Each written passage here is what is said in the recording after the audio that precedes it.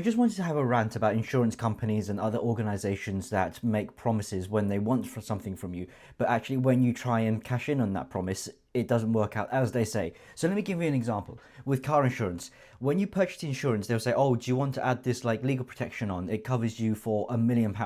And you're like, "Oh, wow, okay, that's really good. Like, surely I'll never need to use up the whole £1 million. That will cover me for all scenarios." So you purchase the insurance and something actually happens. So what happened to me was, I think around about 10 years ago or something, I had a car crash. And in my opinion, it's as clear cut as you want it to be. So I was going down the main road, a car came shooting out from the side, hit the side of my car and wrote off my car. And not only that, I had a witness that basically testified exactly what I was saying. I took pictures at the roadside. It was pretty much as much evidence as I could gather. And when the time came, I said the other side didn't accept liability. So I said to my insurance, well, surely we're going to court them. It's pretty clear cut and there's no other way about it. But then what ended up happening was my insurance ended up coming back to me and said, "Oh, our legal team have assessed the risk and we assessed that it's below 51% chance of winning. So therefore, we're going to accept split liability." And I said, "What the hell? Why? Like, specifically give me the reason. Why are you accepting split liability? This makes zero sense."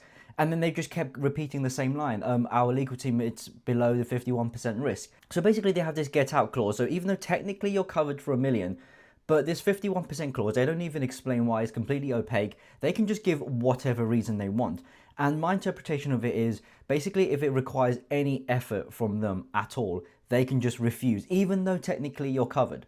So I just basically think it's a load of complete bullshit, because they'll happily take your money. They'll tell you you're covered for a certain amount of thing, but it's subject to whatever they feel like. And then that was basically that. So I think these lessons over the years has really taught me that when these insurance companies or organizations or whatever it is make you promises at the beginning and it lulls you into a false sense of security, it's only when you actually have to cash in on that promise, it's not really as it sounds. And then sometimes it just feels very scammy and not transparent at all.